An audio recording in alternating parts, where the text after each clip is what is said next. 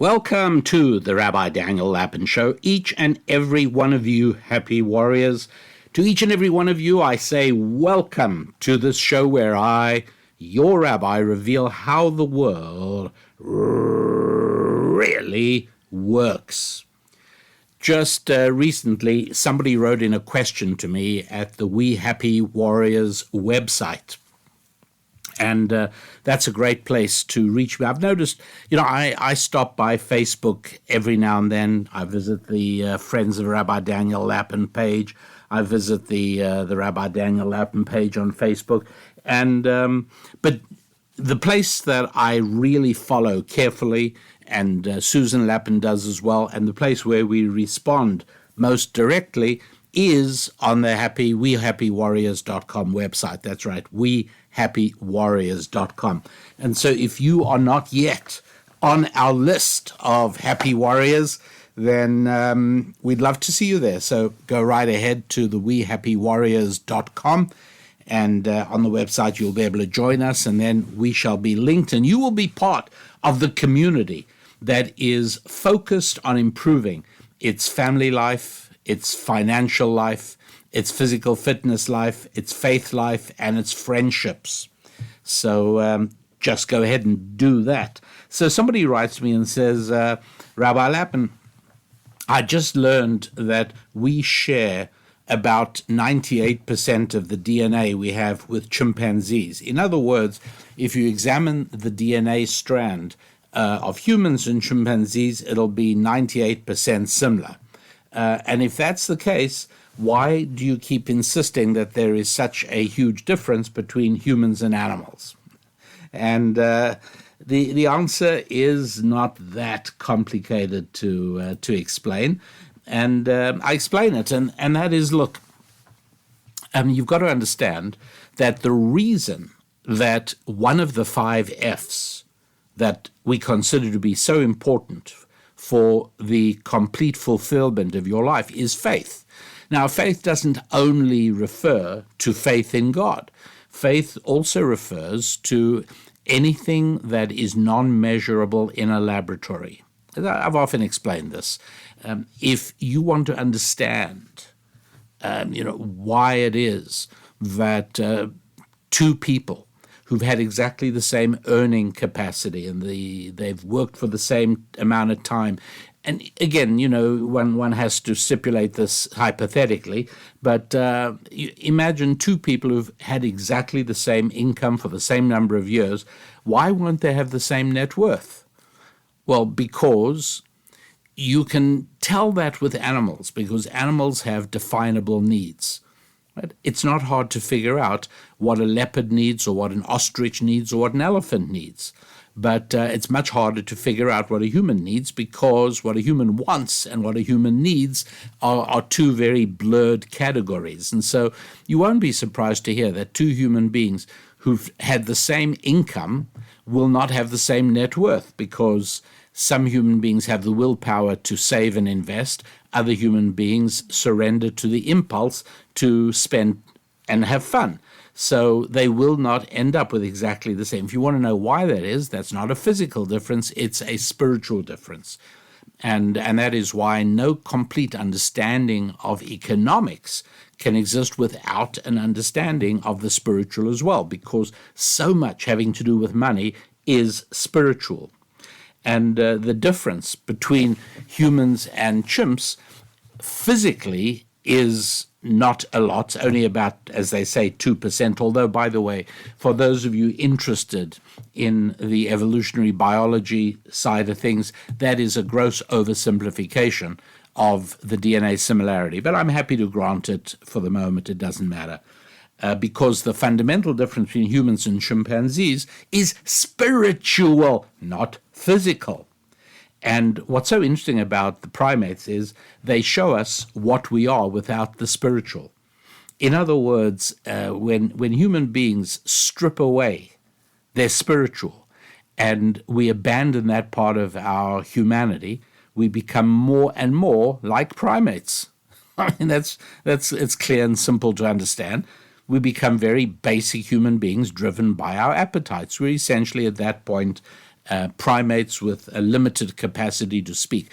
I say a limited capacity to speak because when human beings fall back on obscenities and vulgarities and bad language in all its manifestations, what is really happening is they are compensating for an inability to communicate and articulate effectively. That's all it is.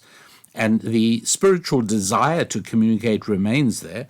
And as human beings become spiritually impoverished, one of the aspects of our beings that becomes diminished is our ability to communicate effectively. And our desire to communicate remains there. And so we throw in various words that get used as adjectives and as verbs and as adverbs. And it's usually the same word all the time. We find that almost inevitably. It happens all the time. You will see it as people reveal an almost inability to communicate without falling back on frequent F-bombs dropping in the sentence in, as I say, every possible usage imaginable. What really is happening is you're seeing a person who is experiencing a severe diminution of their spiritual existence.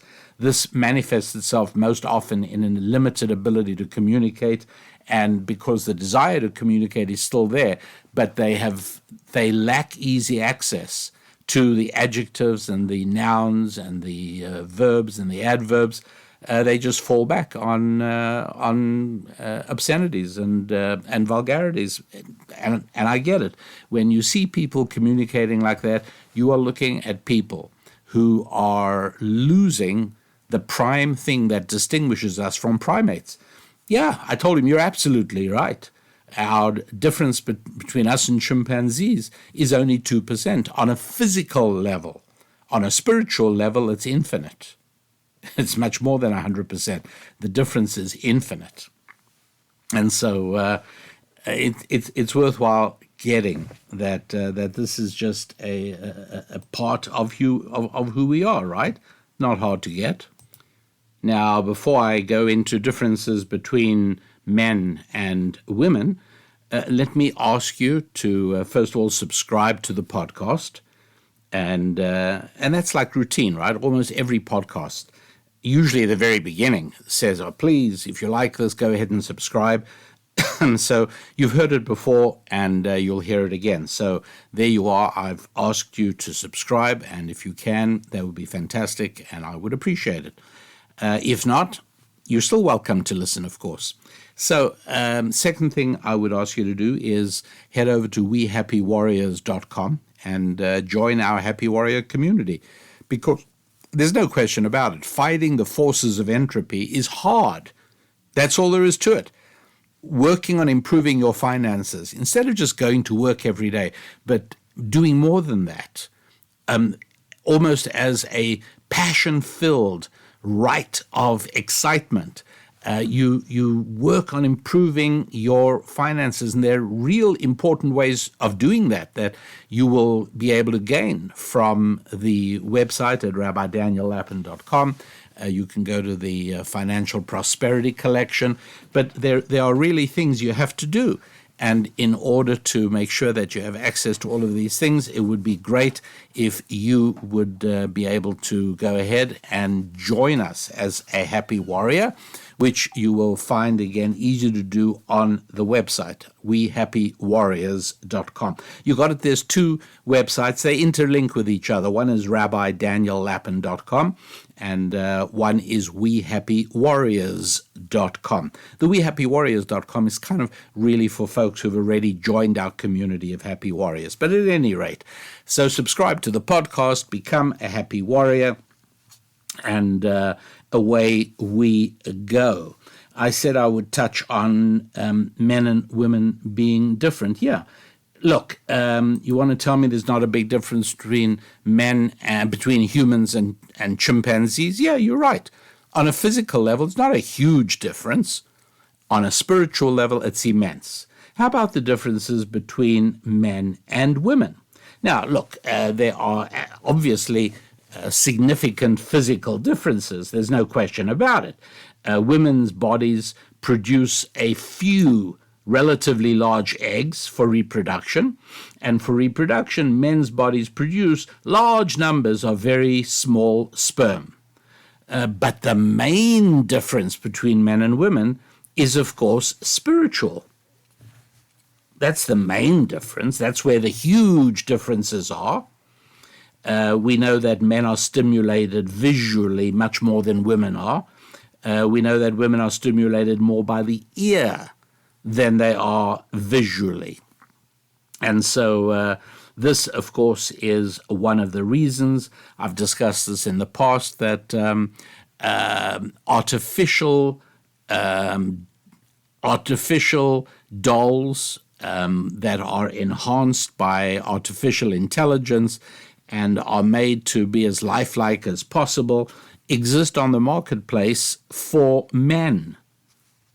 So where is the parallel for women? I mean, if you believe in equality between men and women, why is the market not producing and selling the same number of male dolls for the use of lonely women? And the answer is it doesn't work for women, because women are looking for something much more. Yes, if you produce a female doll that looks female, men will respond to it. But women want a man that communicates with them, that doesn't just look masculine. It's got to do much more than look pretty for a woman. And so, not surprisingly, artificiality has limitations for women, although it does work on men. And that's a purely spiritual difference. Almost nothing like that exists for women on the market because there is no market for it. Women are just not interested, for the most part. Look, secularism produces an obsession with equality. Men and women must be equal. Men and women, everything must be equal. There's a total obsession with equality produced by secularism. Now, I want you to look for a moment at the real world. At the real world, there's no such thing. Where is equality in the real world? Do you think all leopards are equal to all other leopards? Do you think all camels are equal to all other camels? Do you think all cows are equal to all other cows? Do you think all cats are equal to all? Come on, I'm being ridiculous. You know that's not true. Uniqueness is built into the natural world, right? Equality is not a thing. It's just not a real thing. Even at the most basic elemental level. You think of electrons, right? The most basic particle that there is in the world. You can't even get two electrons in exactly the same state. You simply can never find two electrons in the same position with their two spins in the same direction, because it's not possible to have two identical electrons with the same momentum, and they can't. It doesn't exist. If they are at the same location with the same state of motion, the only possible explanation is they are spinning in opposite directions because uniqueness is built into the natural world. Think about that, okay? It's really important. And nowhere is it more important than in the human being, in you and in me and in him and in her. Each one of us, absolutely unique. Not unique physically, but unique spiritually. Oh, what are we going to do when they clone human beings? Well, we already have it. It's called identical twins. Identical twins have exactly the same DNA. But they're two different human beings because they may be identical physically, but they are two completely different people spiritually. Saying men and women should be equal, it's just stupid. It's demonstrably impossible. You want to say men and women should have the same rights? Sure, but that's been the case for years. But when the role of wife and mother gets denigrated and mocked, that's not making the case for equality.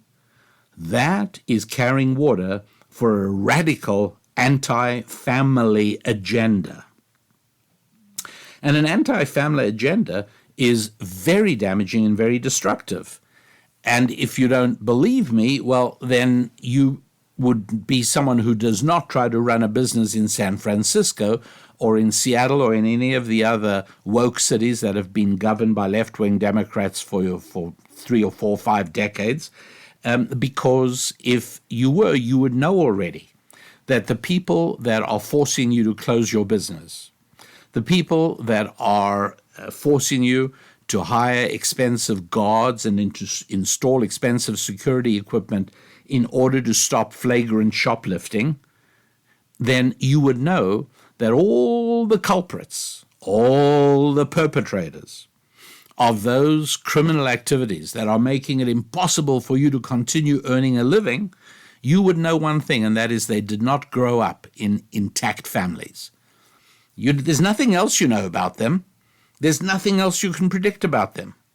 But you can predict that they grew up in non-intact families, most likely with a single mother, most likely not knowing who their fathers are. That is the one thing you can know for sure about the people who are destroying society, whether it's in the United Kingdom, whether it's in Scandinavia, whether it is in Germany, whether it's in France right now. What do you think unifies all the people who are rioting through the streets of France? And I'm speaking now summer 2023, but what I'm saying was true 10 years ago. It'll be true 10 years from now. If it's not France, it'll be Ireland. It doesn't make any difference. But the one thing you can be sure about regarding the people who are destroying civilization, the people who are perpetrating crimes, both against human beings and against property, are perpetrating crimes at such an increasing level of intensity that conventional civilized life becomes impossible. And when stores have to close in certain areas, or when stores can no longer operate economically because the cost of doing business in terms of stopping crime is so high that it doesn't warrant running the business, then that is a cost that is borne by almost everybody. It's very destructive. And the one thing you know, I want to make this really, really clear.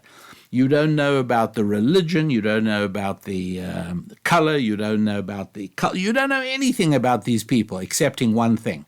These perpetrators did not grow up with their mother and father married to one another and living in a home together and diligently raising a family with family values. That's for sure. And so really, you would think that if there's one thing a sane society should be promoting, it's family life. A sane society should be promoting the beautiful and irresistible polarity of male and female. A normal society, a sane society, should be promoting marriage and raising families, and fertility would then be a natural consequence of that. And the result of that will be a diminishing of crime to the point of it almost being non-existent. Yes, that's true, almost non-existent, because the people who are destroying civilization in whatever country it is are people who did not get raised by a married mother and a father. You can count on that. And so it's clear that people's hatred, society's hatred for the structure of family life is even greater than their love of peace and prosperity, because their streets are deprived of peace by vicious thugs who've never heard the words "thou shalt not," vicious thugs who've never looked lovingly into the face of a father. And you would think that if people in the cultures, whichever country you're thinking about, if they really, really wanted to do away with poverty, if they really wanted to do away with crime, if they really wanted to improve education, all they would do is promote normal, healthy family life. But they're not. They're eroding the distinction between men and women. They're promoting relationships that produce nothing. And so the results are terrible education figures in countries that are following these policies. Look, wokeism is just, it's a way of destroying civilization. That's all there is to it. And so you'd say, why would sane people do that? Well, you might say, this Rabbi Daniel Lapin is a guy, we don't agree with everything he says, but, he's sort of basically sane, maybe eccentric, but basically sane. Yet the one of the things that he does that is extremely eccentric, if not outright inexplicable, is he pays 3 times the going price for meat whenever he wants to have a barbecue. All right? I'm not going to tell you what lamb chops cost today. And if you want kosher lamb chops, well, now you really are talking significant money. Why? That's irrational. Why does he do it? Well, because of his belief system. Belief systems make us do things that are irrational because it follows a higher good that we deem in our soul. Now, G.K. Chesterton said so eloquently that people who believe in, who do not believe in God, never end up believing in nothing. They believe in anything. In other words, built into us, and this, I want you to hear this clearly, and I want you to think about this. And if you then decide to reject it, that's fine. But please don't reject it before you've really thought about it very carefully. And that is that human beings were created with certain inbuilt inviolables. We have an inbuilt urge to breathe air. We have an inbuilt urge to drink water, and so on. We also have an inbuilt urge to believe in something above ourselves, more important than ourselves. Please contemplate that carefully. I have just told you a very important truth. If you wonder why your rabbi does something irrational, like spending 3 times as much as he needs to on his meat, the answer is because of my beliefs. If you want to know why people do irrational things, like arranging policies that end up costing them because of climate change, it's because of a belief system. If you want to know why people are happy to destroy their culture, their society, and their civilization by obstructing the formation of normal, healthy, traditional families, it's because of their belief system. Because if people really cared about prosperity and peace and tranquility and good living, they would do everything they could to encourage normal, traditional family life. But because their belief system is essentially the belief system of a religion called secular fundamentalism. Oh, yeah, it's a fundamentalist faith, all right. It's even more fundamentalist than radical Islam. Oh, yeah, no, secular fundamentalism. Oh, yeah, no, it's a very, very fundamentalist faith. And that is what it is that people are really believing in and strongly believing in. Make no mistake about it. And so what they're also doing is pushing not only the idea of male-female equality, which is a stupidity. As I said, it's demonstrably false. Demonstrably false. In the real world, I mean, just open your eyes. Men and women have to be equal. Yeah, right. And the sun and the moon have to be equal, but they're not. But they keep it going, and where it's very interesting is where they push it with income inequality is the most dangerous threat to democracy. Have you heard that? I Googled it, by the way. I found dozens and dozens of statements by politicians, by leaders. Oh, by the way, World Economic Forum, the Davos people, everybody. Income inequality is one of the biggest threats. And so, I thought, why? I'm curious about it, right? The fact that the fact that family formation in the Western world, whether it's in Ireland or Germany, whether it's in Sweden or Italy, whether it's in the United States or in Canada, family formation is at the lowest it has been. Right? That worries me. That terrifies me. You know why? Because boys need fathers to help them acquire self-discipline and to become men of honor. Anybody with any real-life experience of the criminal justice system will tell you that the one factor, as I've explained to you, more shared by incarcerated men, it's not economic status, it's not race, it's not a gang affiliation, it's the absence of a father when they grew up as children. That's it. More boys without dads, the more frightened we should be. It's sad, but it's very simple. So if you want to talk to me about the destruction of family life and the obliteration of normal male-female relationships, you are terrifying me. But if you want to terrify me with the story of income inequality, why? Honestly, I'm trying to find out. I was really open to this. Is there an aspect of economics with which I'm not familiar? Very possible. Is there an aspect of economics that explains that income inequality produces poverty, produces destruction of the economy? Yeah, if there's evidence for that, please, I'd be fascinated. But there isn't, you see. One thing is for sure, and that's there is more talk about income inequality now than ever before.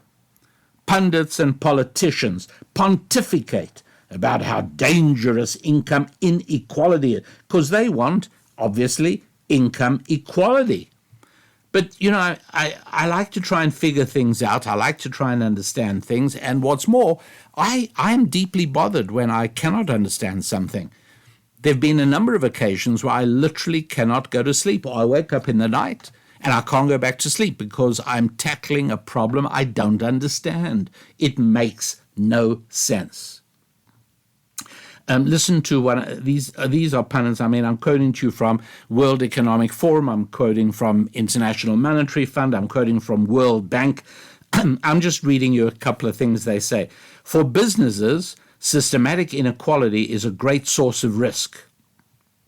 I mean, I should do some editorializing on the way. Why? All right. Well, it limits productivity. How? And has the potential to constrain consumer spending and growth. How? Why? How does it do that? Income inequality is a great source of risk. It destabilizes supply chains. Really? Really? It triggers political instability. Really?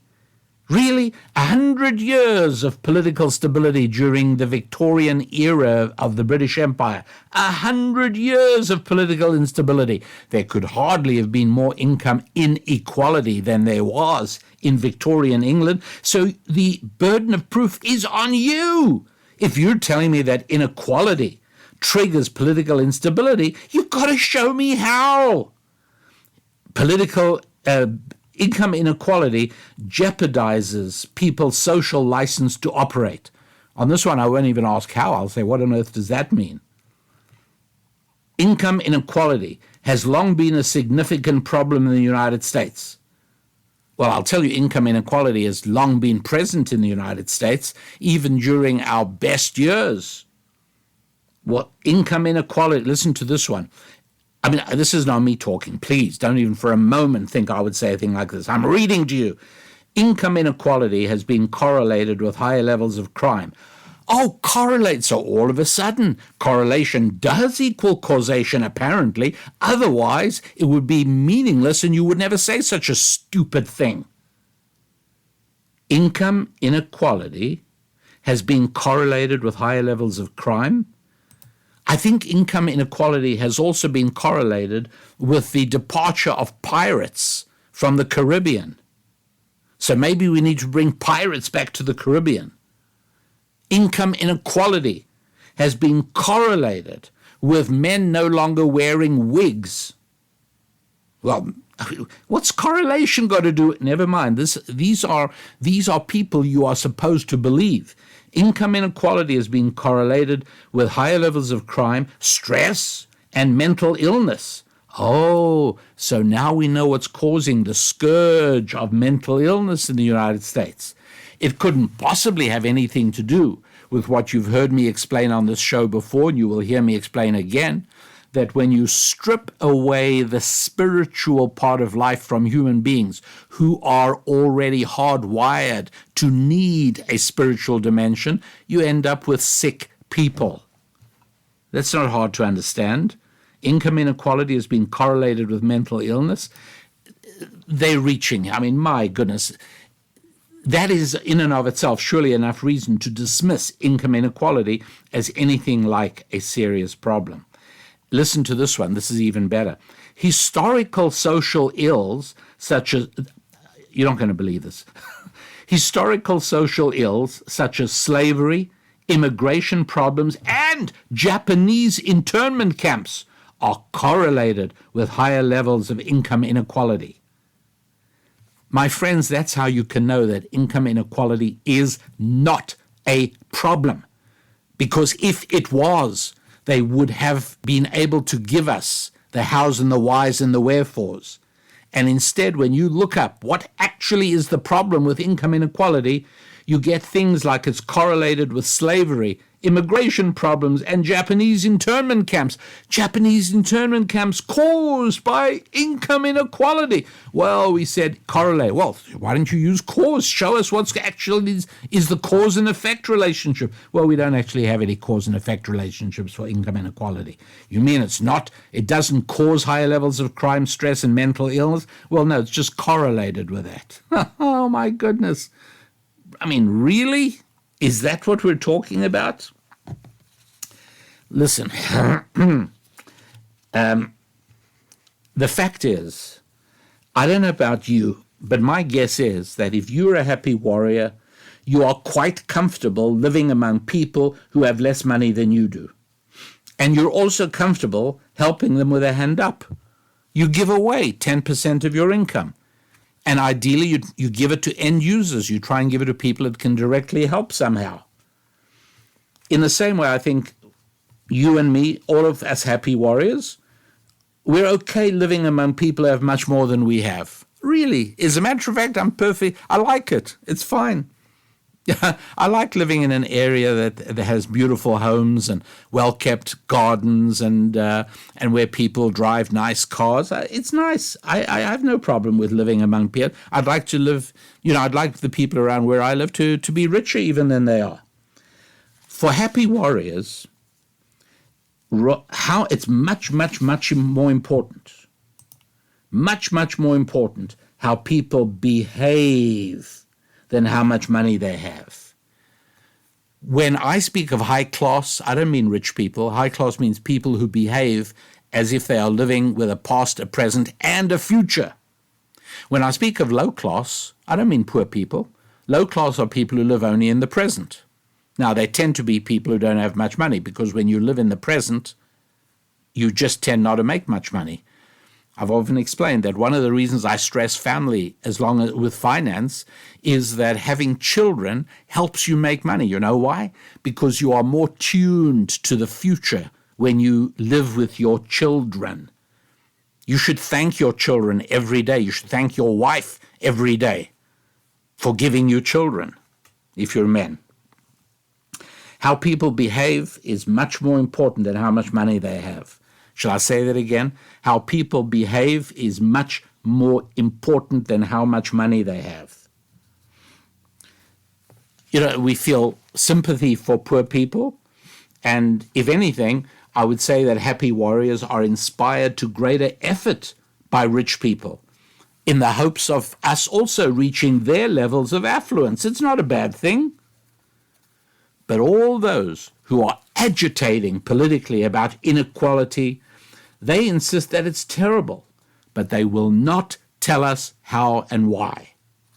The wealth gap is frightening. I don't think it is. Income inequality is one of America's biggest problems. I think not. Income inequality is threatening democracy. No, it isn't. The obliteration of normal traditional family life, now that is threatening democracy. How about maybe, all right, fine, income inequality. You obviously cannot prove that it's damaging or dangerous or causes harm to anybody. Well, what about those correlations? Well,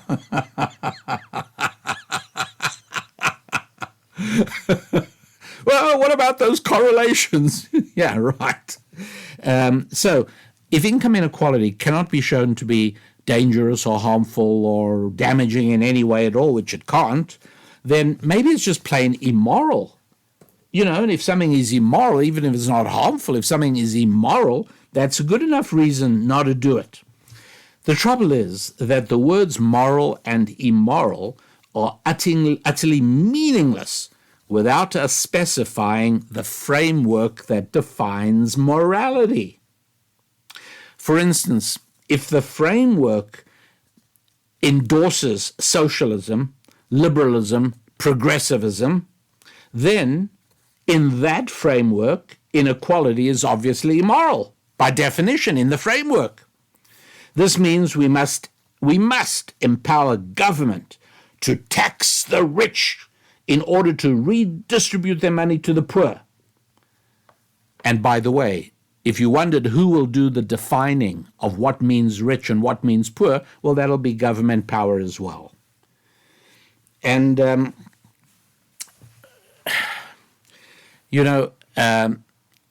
what do you think? Right? This isn't a real-life experiment because we can't actually do it, but you can do a thought experiment on this. Let us say that in one day, we were capable of taking away all the bank accounts and all the assets and all the wealth of everybody in America. And then we divided it all up by 332,764 as of 20 seconds ago. And that's the number of people in America. And then we give that amount of money to each person. And then we slap our hands together. We pat each other on the back. Well done, everybody. We have achieved it. We've given equality to America. We finally made it happen. What do you think things would look like in 1 month, 1 year, and 3 years from now? What do you think would things look like? Do I have to tell you? Of course not. You are a happy warrior. You can deal with reality. You do not need rose-colored glasses. You do not need rainbows and unicorns. You can face reality. You can confront the truth. If everybody in America received, shall we say, $1 million tomorrow, or $3 million, or half, it doesn't matter. What do you think the financial landscape of America would look like in a month's time, in a year's time, and in 3 years' time? And I think you know the answer very well. You know why? Because of spiritual differences. If you put a huge pile of 3 tons of feed in front of every elephant, in this experiment, let's do another thought experiment. Gather together 300 elephants. Put them each in their separate enclosure. In front of each one, put 3 tons of feed. Come back in a week's time, and what will you find? You will find a pile of feed remaining, proportional to how much time has elapsed, and the weight of the elephant, which governs how much he eats. In other words, what animals do with their assets, namely food, is absolutely predictable.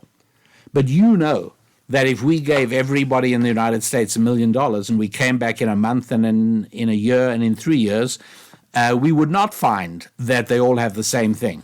You know why? Because they are equal physically, they're not equal well, they're not even equal physically, but spiritually they're most decidedly not equal. And so how they will treat their windfall differs dramatically. Yeah, and so what do they do then? Have an arrangement to redistribute all the cash in America every 10 years, every 5 years, every 1 year? All right. That's the viewpoint of those who believe in secular fundamentalism, who believe in socialism, liberalism, progressivism, wokeism.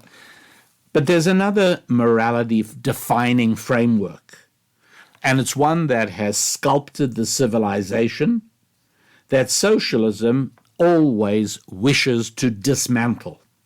And this is the Bible-based judeo-Christian vision.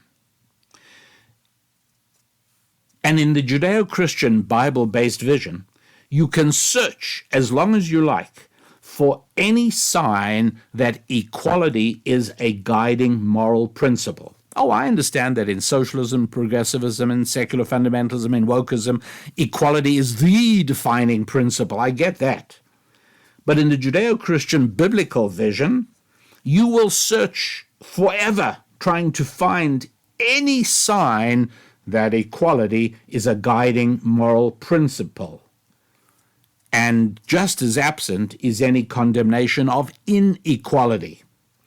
As a matter of fact, in all the 79,976 Hebrew words that make up the 5 books of Moses, the law of Moses, the Mosaic law, the Torah, the word equal appears exactly once.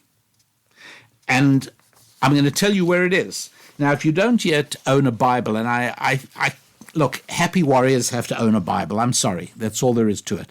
This is the book that has done more to shape the civilization in which you live. Yeah, you need a copy of the Bible. Go to RabbiDanielLapin.com, go to the store. You'll find the one Bible that I recommend. It's right there. Have it sent to you. And when you got it, turn to Genesis chapter 14 and verse 17. Remember, I told you that the word equal appears only once in the whole Torah, only one time in all of the 5 books of Moses. Well, here it is, Genesis chapter 14, verse 17. And here's what it says. Of the kings who were with him at the valley of equality, which is the valley of the king. I've just quoted verse 17 in chapter 14 of Genesis. And it's called in Hebrew, Emek HaShaveh. And it means the valley of equality. That is the only time in the 5 books of Moses that the word equal shows up. And, nowhere else. It never says anywhere, thou shalt not have an unequal society. Thou shalt not have a society of unequal income, saith the Lord. No, none of those things are there. The Hebrew word shaveh means equal. And chapter 14 of Genesis not only contains the Torah's one and only mention of the word equal, but it also contains the first mention in the Bible of the word king. And what is more, it actually contains many more mentions of the word king than any other chapter in Scripture. So there, it's interesting, and these are important aspects of ancient Jewish wisdom. And by the way, if you are interested in gaining a deeper understanding into how the Bible yields its significant adult-level serious information, which is not through translation, then you will want to have a look at our Scrolling Through Scripture program. You'll find that in the Rabbi Daniel Lapin website, RabbiDanielLapin.com, and look for Scrolling Through Scripture. It's truly life-changing. I'm not going to say anything else. It's life-changing because it gives you access to the most significant book in Western civilization in a way you've never had before. It's called Scrolling Through Scripture. It's a 20-part program, and let me just say, it's life-changing, like I said. And so this one chapter not only contains more uses of the word king than any other chapter, it also has the very first usage of king, which is significant, and it has the only mention of equal. Well, the very first verse of chapter 14 starts off, and it came to pass in the days of Amraphel, king of Shinar.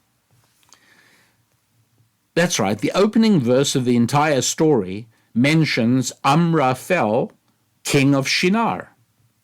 Now, there's a program on my website called Tower of Power, Decoding the Secrets of Babel. And in that, I walk you through all the steps that lead ancient Jewish wisdom to see that Amraphel was another name for Nimrod, the king of Shinar. And for that, just to go back to chapter 10, verse 10 in Genesis. This is a very exciting little journey. Some of you will take it, some of you won't, but for those of you who do, I'll accept your thank yous.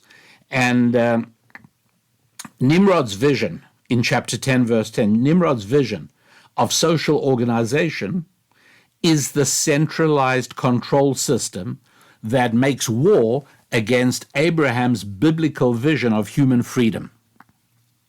I think you're beginning to see the connection here. Freedom and equal are opposites. And if you're not sure of what I just said, freedom and equal are opposites, just think how much government enforcement would be needed to bring about the physical impossibility of equal. Do you think governments have the power to produce two identical electrons? No, they don't. They are not, I'm sure there are governments who think they can, but do you think governments have the ability to make two human beings equal? Do you think governments have the ability to make the life chances of a child brought up by a loving mother and a father married to one another and dedicated to their family? Do you think government can make the life chances of a child like that equal to the life chances of a child brought up by a single woman, a child who never knew its father? Do you think these two children, whatever government does, do you think these two children have equal cracks at life? Do you think sending them to the same GIC, government indoctrination camp, formerly known as public schools, do you think that'll make their life chances equal? No. Governments cannot produce equality, but in attempting to, and by promising people equality, they will utterly obliterate freedom. And so Genesis chapter 14, verse 17, that's the climax of the story. Abraham has defeated the dangerous vision of equality, of Nimrod at the Valley of Equality. Nimrod and his allies used this idealistic promise of equality to gain their power over the people. And then at the end, Abraham replaces the false vision of equality with the true vision of the Valley of the King. Do you see how the Valley of Equality eventually becomes the Valley of the King, the vision of God, the King of everything? Inequality is not scary, my friends. You know what's really scary? When politicians start talking about inequality. That's scary.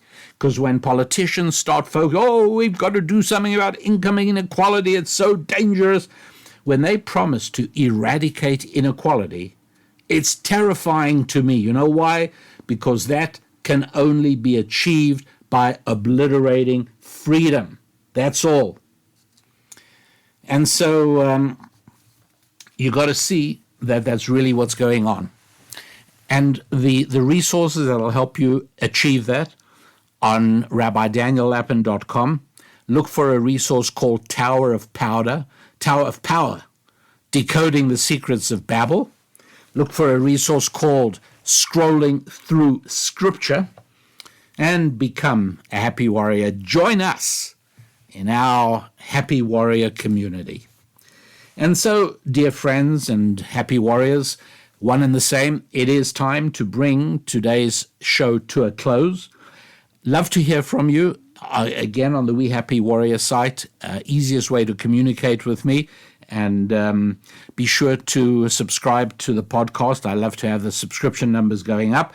And until next week, I want to wish you a week in which you travel onwards and upwards with your finances, with your faith, with your friendships, with your family, and with your fitness.